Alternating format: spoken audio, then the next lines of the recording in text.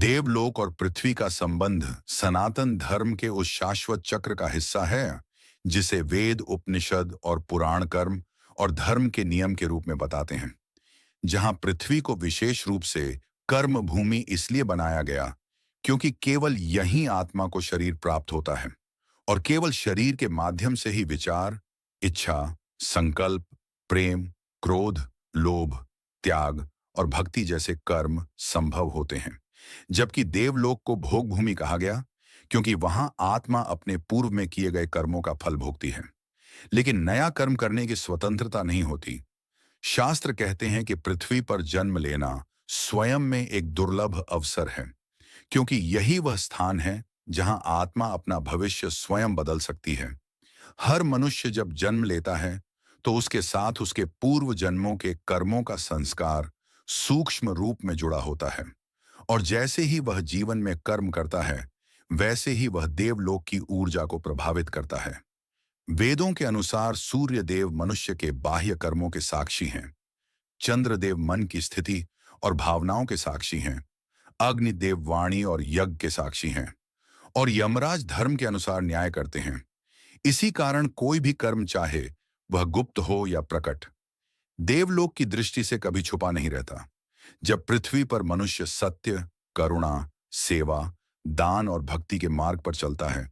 तब देवलोक में शक्ति का संचार होता है और देवता प्रसन्न होकर वर्षा, अन्न, स्वास्थ्य और शांति प्रदान करते हैं। लेकिन जब पृथ्वी पर अधर्म, पाप, अहंकार, हिंसा, स्त्रियों का अपमान, प्रकृति का शोषण और निर्दोषों पर अत्याचार बढ़ता है, तब देवलोक असंतुलित हो जाता है और तभी विष्णु अवतार लेकर धर्म की स्थापना के लिए पृथ्वी पर आते हैं।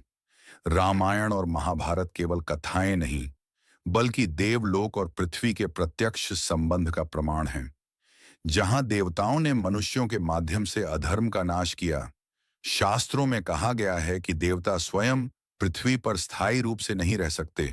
क्योंकि उनका लोक सूक्ष्म है, लेकिन वे विशेष समय पर सूक्ष्म या स्थूल रूप में हस्तक्षेप करते हैं। इसी कारण तीर्थ स्थानों, पर्वतों, नदियों और प्राचीन मंदिरों को देव ऊर्जा का केंद्र माना गया है। कहा जाता है कि नींद की अवस्था में जब शरीर विश्राम करता है,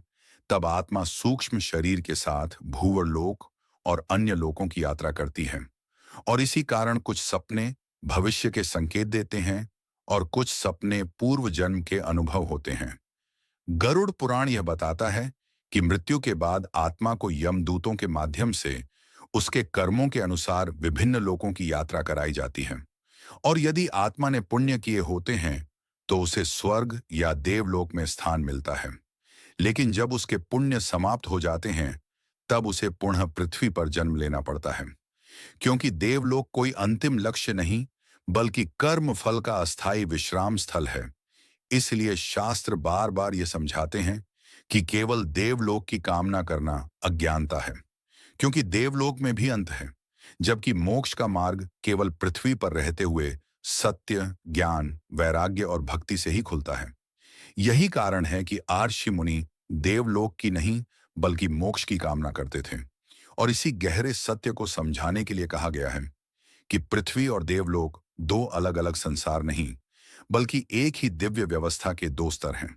जहां पृथ्वी बीज बोने की भूमि है और देवलोक उस बीज का फल देने वाला क्षेत्र, और जो मनुष्य इस रहस्य को समझ लेता है वह यह जान जाता है कि उसका हर विचार, हर शब्द, हर कर्म और हर भावना केवल इस जीवन तक सीमित नहीं, बल्कि देवलोक, पुनर्जन्म और अंततः मोक्ष तक की पूरी यात्रा को तय करती है। और यही ज्ञान मनुष्य को डर से नहीं, बल्कि जिम्मेदारी से जीना सिखाता है, क्योंकि वह समझ जाता है कि देवलोक कोई दूर की कल्पना नहीं, बल्कि उसके ही कर्मों का प्रतिबिंब है।